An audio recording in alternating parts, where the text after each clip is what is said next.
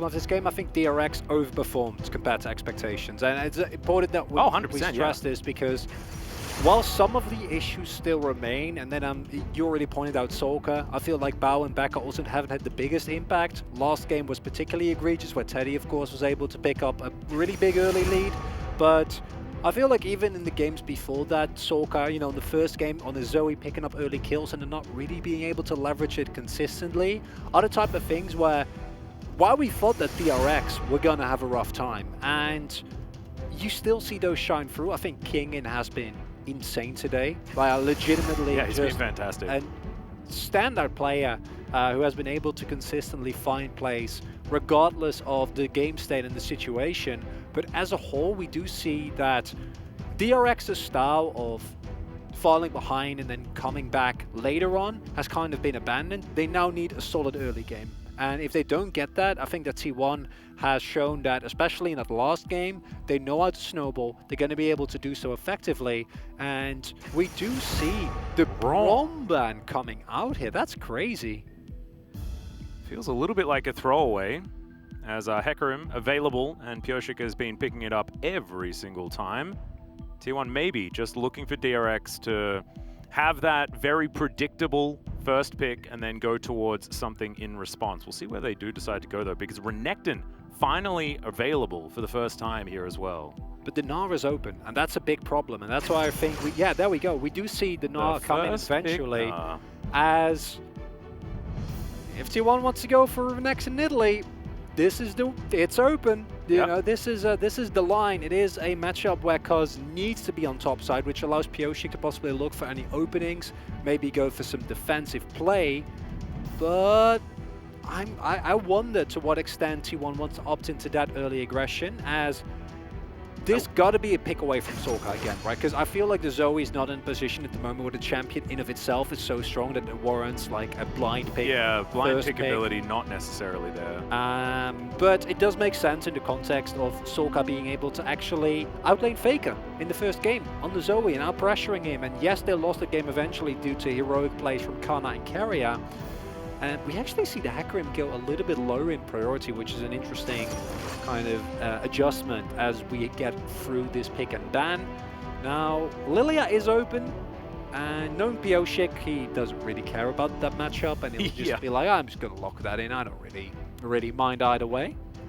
They could actually just, okay. No. Mundo being considered, because Pioshik just likes hovering Mundo, but Volibear would be much better, and they are going to take that one away. So here it is. Solka is going to run back the Orianna as well. He's got a lot to prove on this champion now. We know what he's capable of, right? He's played many games of Orianna and has done much better than what he showed us in Game 3. Look at these Jace.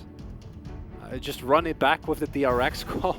Yeah, you could just go for it if you want to. I don't even think that it's a bad call. And I'd prefer Ezreal, to be perfectly honest. I think Ezreal Zoe is so strong, but instead they do decide to go towards a top lane matchup, and it's Akali. So Akali's been changed quite a lot on this patch, and that is going to be the choice into the Gnar. The all-in potential is there. You can definitely abuse the mini Gnar, but I feel like it's not necessarily as cut and dry as the Aurelia. It's a very confident call from T1. Your damage profile is really nicely spread now, right? Because you have your AD jungler with 2 AP solo laners, but it is really risky. We just saw Kana come off getting solo kill due to pretty poor early laning, with Kingin being able to pick up a freebie kill there after the Aurelia tanks his shots in a counter matchup.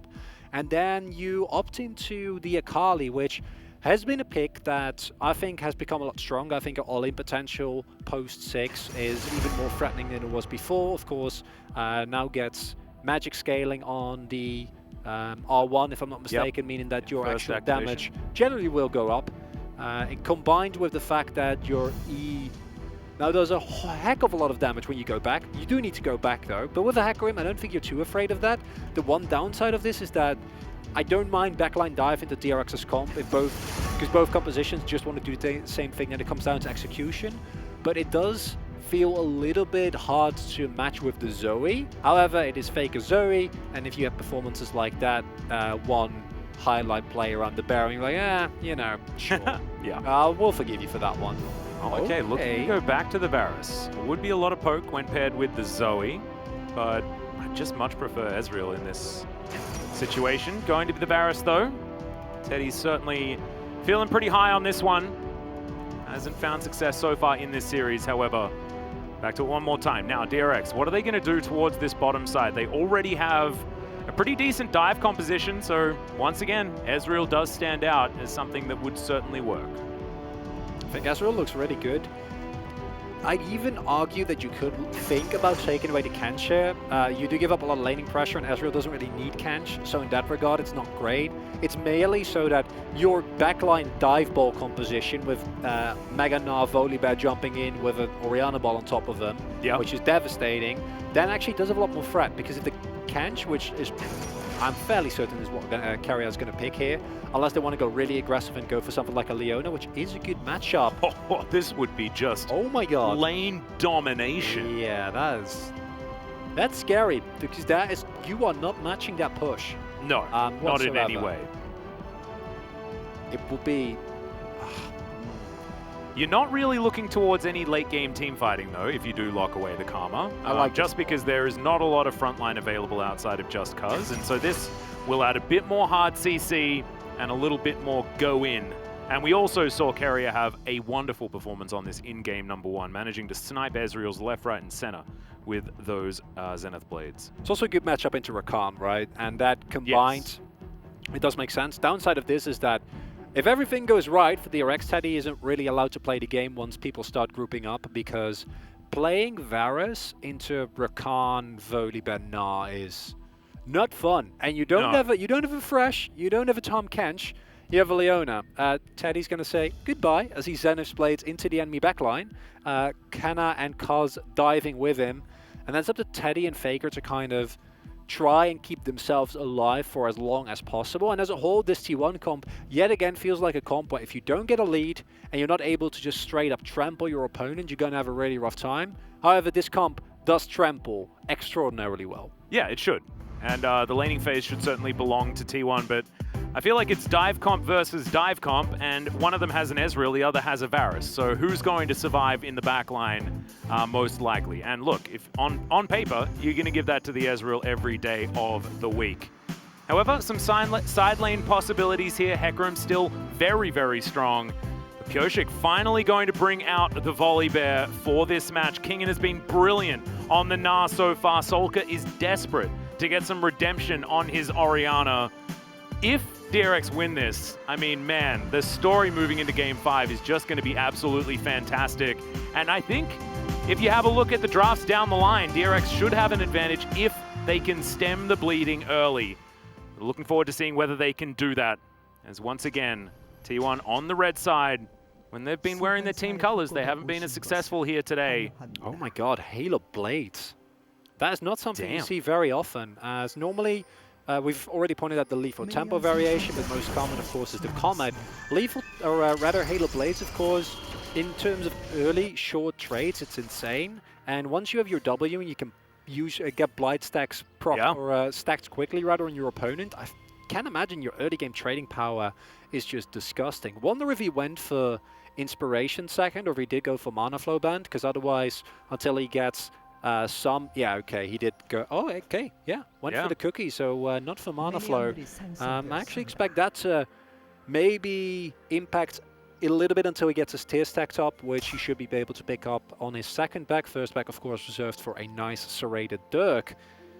Otherwise, no real surprises here, I'd say, in terms of runes. And I do think that DRX, as we look across these games, in terms of cohesive drafts, have definitely edged out T1. I think that the last T1 composition was very clear-cut. The first one was very conservative, a lot of power picks, but the second one especially just felt like T1 just drafted themselves into a hole, and then DRX were able to play that one out really, really nicely. First Volibear pick, and Volibear, I think, is in a great spot at the moment, has really, really nice setup, and post-6, DRX are a force to be reckoned with. Not to mention he's gone the Battle Bear this time around as well. It is going to be Press the Attack. Last time we did see this one come out, I believe it was the Predator picked up by Cuz, who just showed us how strong the Volibear can be as far as early game ganking power. This works out a little bit differently, as Sunlight going to be procced there, and You can see that, you know, this is a lane that's going to be very, very difficult for Bao and Becca. I don't think, like, they shouldn't be dying, right, just because there is a lot of safety in this lane with the mobility that they have. But still shouldn't be able to win out any straight-up trades as Keria looks for the Zenith Blade as soon as he hits that level 2. And this is a full wave. It seems to be pushed towards this Ezreal Rakan. And we also have Kuz pathing towards bot side, so if they get a lot of poke and actually land down some meaningful damage, Bao and Becca actually might be in for a rough time. So they need to be really respectful, don't trade too much, just let them shove you in. This early on, the Varus isn't really going to be able to reliably take off plates. And these trades are never going to go well for you, as we see here. Yeah. Pioshik will be able to, or he's pathing towards topside rather. I'd expect this matchup early on for the Akali to be fairly rough. It's once you get some abilities right, maybe once you hit 6 and you are playing against a really squishy Gnar, you're fine. But early on, it's melee into range, and you don't really have the all-in pressure yet. And it's just free grass box for King of them. Stacking him up for the moment, trying to find as many boomerangs as possible, and as you say, it's going to be illustrated in the CS gap. Faker also able to, you know, stay ahead in this lane. It is going to balance out, as he's just going to give Kuz an opportunity to lock down the bottom side. Rift Scuttler, Pioshik, decent win rate so far on the Volley Bear in the jungle. This, of course, comes mostly from a year ago. But, yeah, he's very practiced on the Bear, and I'm looking forward to seeing what he can get done in this game, because this is a pick that we were expecting to have a bit more power in this series, especially based on what Kuz has already showed us in their Halma Live series. Becca freezing the wave there, or attempting to at the very least, making sure that Bao is in a good position and they can just hold it there, put some pressure on T1, maybe threaten with a Pioshik gank. We'll be able to get the back in the very end. Not sure whether or not they were able to actually get it, and the trading is inconsequential. As Kana, you know, you got the counter pick, and I am gonna have faith in T1 to not pick an Akali in a pivotal game in your playoffs for no reason. But the early game, as already said, as expected, not great. I think once Kuz pays attention, once you hit level 6, it might look completely different. But for right now, it is very much King in full control of this lane. Fortunately for T1, Faker and Teddy Carrier are the ones that are controlling the other lane. So Kuz not playing without any priority, which is generally very unpleasant as a jungler. Absolutely. So the Hecarim should be fine. The Akali, maybe not so much, as you can see, over double the CS in favor of Kingen right now at this point in time. Bao and Becca still struggling against this combo, but Bao has been just picking up the opportunistic CS where he can find it, and has actually created himself a slight advantage, in fact, despite not exactly having lane control. Faker missing that bubble there, but not going to get punished, and here is going to be the first Drake going over to the Hecarim. Not much of an answer here, as you can see. Canna immediately teleporting back to this lane, and Kingen probably going to be doing the same thing as well on the other side whenever he would like to. He doesn't even need to teleport yet. Just the level advantage and just the control he has at the moment is enough to zone away Kana, who will be getting a relevant Drake this game as well, which is very, very nice, as we have actually been treated decently well here tonight. Only had a single Cloud Soul, and that one was, in the end, still enough. As I wonder how this matchup is going to go post-6. It's not a matchup we've seen for a really long time. Akali, even though she was changed/buffed, has not really seen the forefront in the LCK as of yet. But it is a champion where we know if you ever get a lead, doesn't feel very fun or interactive for the opponents. Now, Ezreal has a little bit more ways of dealing with it, but it's still always something that you're going to have to play so respectful to. Yeah, this backline dive on both sides of the Rift is in fact very, very scary. Imagining the Gnar and Volley Bear together just launching themselves towards the backline is going to be very, very rough. So now Kuz finds Pioshik inside his jungle. As Faker, once again, not going to find the bubble. Shockwave comes down this time as the Ignite is actually utilized very early. Meanwhile, a fight on the top side of the map as well. Onslaught of Shadows comes down. Canna from over the wall, and the execution is absolutely perfect to get the first blood for the Akali. So necessary, as well as now Kingen in some trouble. But he should be all right as Faker lands that bubble, actually flashes on top of him, picks up the barrier, as well as now Sulker's the one that has to run. The flash over, Faker finds the solo kill, but it's answered in the end as well. It's action all over the map. Bot lane, fighting, mid lane, solo kill straight at top lane. Working out beautifully for T1 in the end. And the kill does go over to Kana, who so desperately needed it. Now in mid lane, it's not as good of a trade. Faker getting a little hyphy there with the amount of shots that were available. And like, do I really need to go for a solo kill? Not necessarily, but I'm going to go for it anyway.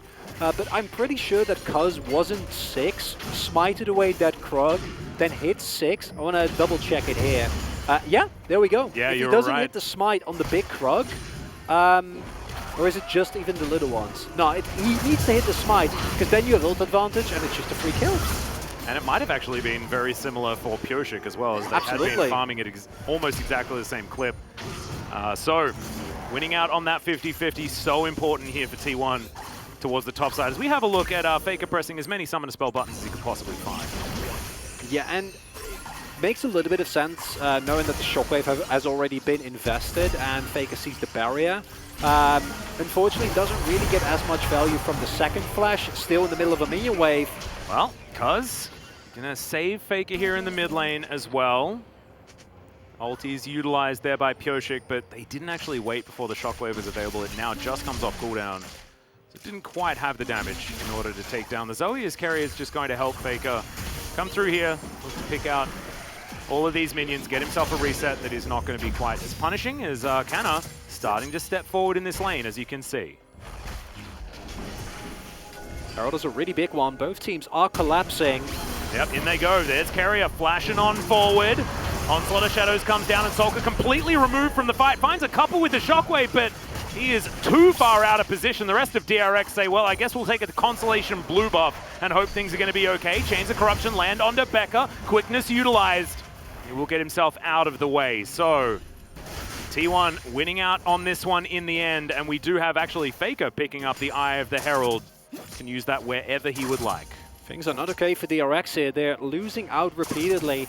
And in of itself, giving up objectives isn't a huge problem, but giving over kills to these solo lane carries on the side of T1 really is, because T1, when fed this composition, warps into a super oppressive 1-4 composition where you have Kana in the side lane, no one can deal with him because he got a couple of kills early, and then the poke from Faker and Teddy is not fun to play to. Sorka finds some nice sidesteps, but the real problem is just the all-around positioning.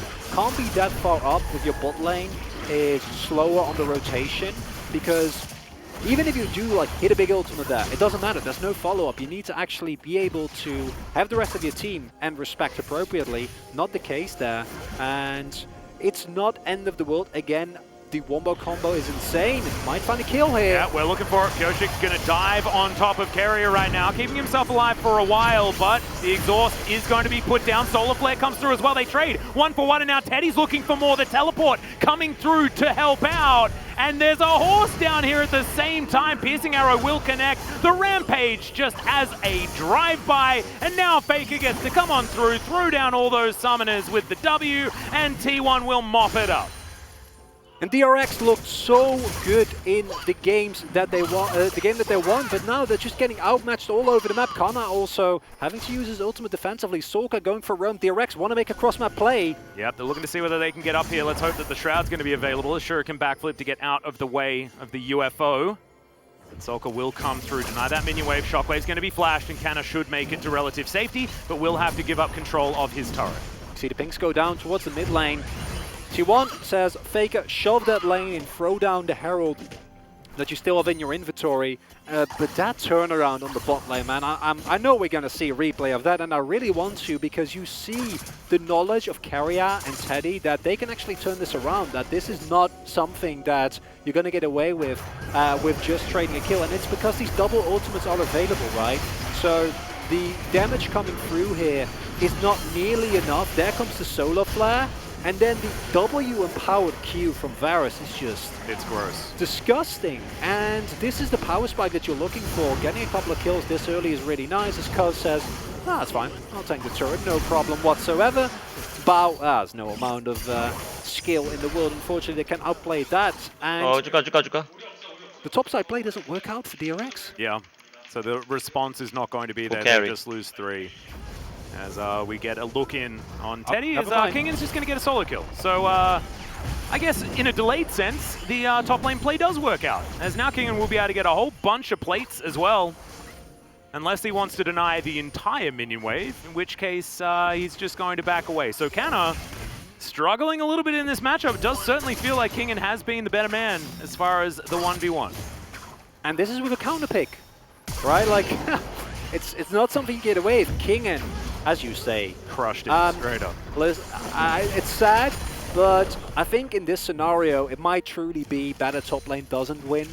Which is an unfortunate reality, because we all know better jungler always wins. That's like rule number 1 of League. Yeah, Kingen actually has the mistake as well, where his name starts with K and I, and there is another top laner that suffers from that particular issue himself here in the LCK. Yeah, where you get the gold lane, you get solo kills, but it doesn't actually matter. Yeah. Because there are 3 mon coming, and you're fed, but you don't have Meganar, and there's a lot of damage available.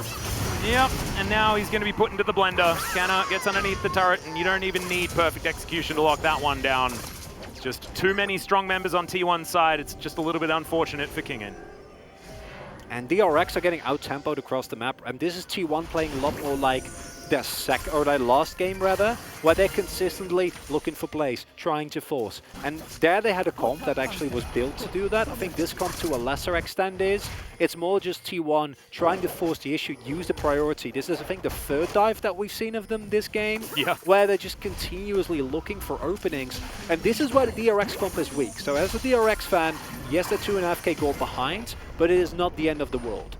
Like in game number 2, or game number 3 rather, there is still the angle of finding the big ultimate. And the team comp from T1, the only front line is carry out to a lesser extent Cuz. So if you can actually find those backline and blow them up, still possible here. But considering how the last game went, Atlas, I'm not very optimistic. No, it is certainly a worry. That being said, this is DRX territory. They're going to have to do some vintage DRX in order to get themselves out of this one. As up towards the top side comes Cuz. Kingen's got a huge target on his head. And Cuz is just saying, well, you can try and escape if you can. Nara's going to get him out of there, or at least attempt to, as Canna is going to avoid the UFO. The wallop is going to be good though, and Sulker is going to come on forward. Watch out for the orb. Let's see whether the shockwave is going to connect. Canna's got a blast cone there and will utilize it in order to create enough space. Now Carrier, possibly out of position, but Pyosik is going to be distracted by a Rift Scuttler. And Faker is going to finish off the outer turret in the mid lane. It's the best turret to go down for Zoe, because now all of a sudden the mid lane is dangerous territory. Oh, speaking of which, Faker looking for it onto Sulker here. Prowler's Claw comes out as well. Shockwave does find 2 this time. Faker has to flash to get himself out. He waits, has the blast going. The dissonance isn't enough damage. But that is definitely a very friendly move, as Pyosik looks to try and catch some backs, but he won't find it. I think he was trying to look for the cheeky kill on Faker there. Just like backing in the brush, throw my lightning. But unfortunately not enough. Might be able to pick up a play here on the bot side. That's unfortunately the cleanse forced, and that means any subsequent ultimate or a Xenoblade from Teddy means very unfortunate things for Bao, who has not had the greatest of series. I think that Teddy and Carrier has also kind of leveled up as the series has progressed, and this has been kind of a common theme for T1, with, ironically enough, the exception being Kana, who's had it a bit more rough as the steal attempt comes through. And Pyosik just has to leave. Cuz says thanks for the leash, and that's just the state of the jungle at this point in time. Unfortunate for Pyosik. He almost got away with it, and Cuz, you can see the big grin on his face as well. The opposite is true for Pyosik. And this is this is what we saw in the Live Sandbox series as well, where DRX, they get desperate and they start making plays like this. They don't have prio, they don't have the vision, they don't have the setup. Oh, can Keenan find it again? Canna is able to get that backflip to get him out of the way, and now it decides to go back in. There's a perfect execution, locks it down, turns it straight onto the face of Kingen. However, he's still going to fall down. Pyosik does have the ulti button, presses it and says outplay this, and Canna's not going to be able to. 1 for 1, but more resources needed for DRX. Nagari might have left the LCK, but his spirit lives on. Kana, he just needs a death, maybe 2, and then that's when the solo kills start coming through, okay? All right, he's got 2 deaths. That is definitely the Nagari moment. But 100% agree. Oh, boy. Yeah, Bao, remember that cleanse from before? Now the flash is down, Solar Flare comes through. There's a lot of CC available here. Grand entrance, that's pretty cool, but I think Faker can actually survive this pretty comfortably, and now Becca has to escape. Solka going to move on down. He's been putting out fires this entire game. Now they're just zoning DRX away from this situation. 4 versus 2. Pioshik is on the top side of the map. And now T1 should be able to at least finish up this outer turret as Bubble's going to connect as well at the same time. And yeah, it's a lot of damage with these piercing arrows as Duskblade already completed for Teddy. You know what makes matters worse is the fact that we're looking at an Infernal Drake. Zoe, Akali, Varus? and Varus with Infernal Drake is, I think the words we're looking for is not good. Yeah. I mean, we could get more eloquent than that, but that's what it will always boil down to. Sometimes the more simple option is the best. You know? I tend to agree. Why use a large word when a small one will suffice, you know? That is a reference, but I'm not entirely sure what to, but I know the original quote. Yeah, it's an oldie. An oldie but a goodie. As, okay, Teddy coming back into this mid lane, he'll tidy this one up. Top lane out of turrets, also very weak. In fact, they've got turrets ready to fall across the map here on T1's side. The map control coming out yet again. This has certainly been their strength throughout this series. And coming into this game, we talked about T1. If they find leads, their comp is, or their draft rate is so good at running over. And this is something that we see even here with Kana getting taken low, but King and Frozen, his entire rotation, doesn't actually get it. And this is a change to Akali, right? The second activation of her E has so much damage now. It's no longer like a 50-50. It's a super backloaded ability where the second the going in actually gives you all the damage that you need. The punish is really nice here from Pioshik, but the damage is already done. Akali getting fat is a problem in of itself. And here you benefit from Carrias and Teddy's impeccable laning presence that they've had the entire game. And honestly, there isn't that much that you can do as the DRX bot lane, because with this matchup, you're going to be shoved in. If you get shoved in, like, at some point, Leona's going to hit something, and you need to cleanse, and there's nothing you can do. And that is the kind of inevitability that T1 have kind of lacked in the earlier game drafts, and I'm happy to see them move away from it. I still think this draft is quite a big risk, but at least they're playing to back it up, whereas in the early games we saw tonight, not the case. Whereas DRX, it's 3K, it's not insurmountable, but playing against the Zoe that's this fat and looking at the Infernal Soul of all things is rough. It is. 2 items already completed as well. Horizon Focus are done as now Cuz going to get engaged on in the bouncy castle and not going to be pulled back by that shockwave as Cuz is going to ulti out. Solka takes a bit of damage from the Paddle Star, but will remain alive. And T1 also going to get out of there. Okay, Pioshik now should be able to find Teddy. The flash comes through, but the stun is going to be there. Pioshik wrecks the turret, and Bao will survive in the end. The last auto will be denied. So close to get the counter kill, but nice play by DRX. This is what you need to do. You need to find these moments where T1 is not paying attention and slow the tempo of the game down. If you get into a situation 10 minutes in from now and you somehow can deny this Infernal Soul, then you can start looking for fights, right? Then you item deficits don't matter as much. You have the Fed Azrael where there could be Carrier and Kana getting on top of you, but it should be way harder than otherwise is the case. Take so fed. Yeah, that's a lot of damage. However, not enough to take down Solka through his Command Protect. As we have a look at this one more time, Teddy just a little too far forward. It's greedy, right? He just wants to get the Q. He wants to see the big damage numbers pop up over the Azrael. Understandable, but that one ward gives him a false sense of security, moves too far upward. Well, like if it's a wave, you're like, okay, sure, Teddy, but this was just queuing back. It's not worth it. No, not really. It's understandable, sure. Can still very comfortably clear out these waves, though, not the end of the world for T1 whatsoever. 2 minutes on that Infernal Soul point, one of our earliest souls available so far this series. We remember in Game 1, took forever before a soul was even available. And now it's going to be ticking on up at about 24 minutes or thereabouts. Riftmaker done for Canna as well. Fair bit of damage available for the Akali, but I want to see DRX utilize their comp effectively. Actually find that dive into the backline. Expose Teddy for the complete lack of peel that he has. And Pioshik going to find Cuz here. Takes a bit of damage, as you can see, and he's pretty tanky, is good old Volibear. Canna splitting on the bottom side of the map. And the more T1 split DRX up, the more difficult it's going to be for DRX to win the game. Oh, okay. Actually, really healthy there back at bone plating. Yeah. Really nice. gives you a lot of more survivability, as we see. The poke from T1 not really sticking, but it doesn't matter. It's all about what happens in the next minutes. And DRX, I love that they try and set up vision here, because you need vision. You need to make sure that you know where the poke is coming from. You need to shove out these waves in the mid and bot lane. Then you need to set up maybe even a possible flank for Kingen so that he can teleport in. Because if Becca, Pioshik or Kingen don't fight backline axes, then the fight against T1 becomes impossibly hard.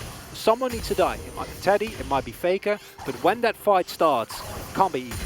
Yeah, it just becomes extraordinarily difficult for T1 to survive if DRX are able to actually get a fight on their terms.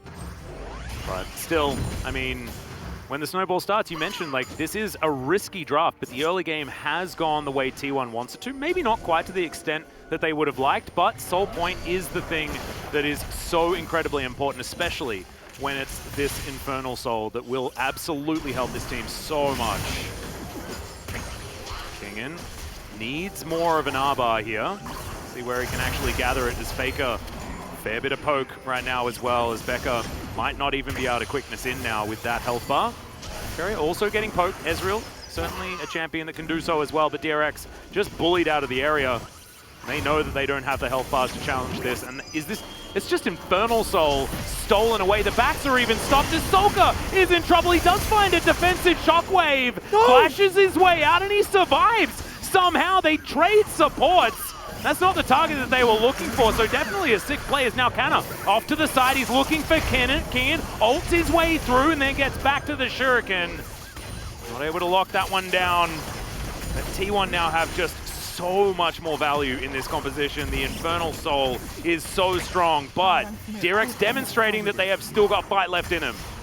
Oh, that's a big teleport, Kingen, if he can get his Narbar. Yeah, it's in a pretty good position right now, but you can see Cuz just going to try and execute Bao. Bao is out of this fight, burning down with the red buff as Faker locks down Kingen as well. Cuz is fighting 1 versus 3, by the way, and this is why DRX needed to try and go for that reset. They had their back stopped, and Cuz says absolutely not, my friend. And now Pioshik at the mercy of T1. The huge piercing arrow is going to connect and connect again, as Beck is now in so much trouble. He has to get back to his fountain, and T1, oh my goodness, that was revolting. T1 is just playing Duck Hunt. They're just sitting there, they're shooting skill shots, and DRX, they can't actually get on top of the carries, and here you see why this kind of composition is so oppressive. DRX themselves have showed it why these poke comps can do so much, and an Infernal Soul again is a worst case scenario, because it means that no matter what you do, unless you straight up win the fight right from the get-go, you can't match the damage, you can't match the elongated fights in a very different way than an Ocean Soul does,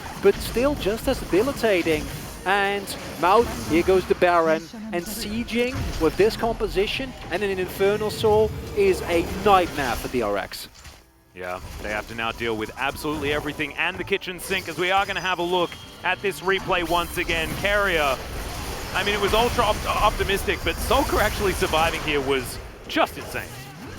It was really nice. I was just shocked by what is about to happen, where Kaz is like, actually no, this is the line. I can go in here, because he runs away, and I'm like, no, what is this? Hecarim, I might have reminded you, Hecarim was nerfed, and yes, this is a fat Hecarim. Yes, he has the Infernal Soul available, but he's building full tank. Yeah, Infernal Soul, pretty revolting. As we're going to have a look at live here, Carrier looking for Kingen, he'll find it. Oh my god, Teddy, that damage is ridiculous. And the Gnar is very, very dead, just not able to be pushed up in a side lane here. But what option do you have as DRX? Kingen obviously just trying to deny as much value for this Baron as possible, but it's already netted them a 2,000 gold Baron power play. Pioshik is getting the scuttle though. That's something. And I say it facetiously because there is nothing that DRX can do. They are fully at the mercy of T1, and unlike game number 1 where it felt like DRX always had the angle, but T1 just mechanically outmuscled them, and game number 2 where clearly DRX were the better team, it just feels like they're at the mercy of whatever T1 decides to do. And if T1 don't go for a huge overextension, if they don't start grouping up, if they keep dragging and like stretching out these team fights, keep poking and playing it slow, it's so hard for DRX to get anything done. Certainly looking like it. Chronicler, this is such a struggle for DRX, who now have an exposed inhibitor in that mid lane. True Shot Barrage just to try and help with these minions, but With the Baron buff, it's so difficult. Chains of Corruption go to Narnia, but it's not even, I think, actually going to be relevant, to be perfectly honest. Because trying to find an opening does have everything available, and he's just going to settle for locking up this inhibitor. Solar Flare comes out now as Becca. Now with the quickness, in goes Carrier, goes Golden as well. Look at the AoE, it's revolting! Bao will just get tidied up by this horse. The perfect execution to get right on top of all these carries. It's a very, very quick ace. You blink and you'll miss it, and T1 are in round 2 of the playoffs. And it was a valiant effort from DRX. I still insist that they played better than any of us had expected. This team was slumping, they gave it their all, they showed what they were made of, but it's a deserved win for T1 that clearly, once they get going, they know how to close out these type of games. Oh yeah. While the first couple of games were kind of rough, game 3 and 4, none of that. Not at all. It did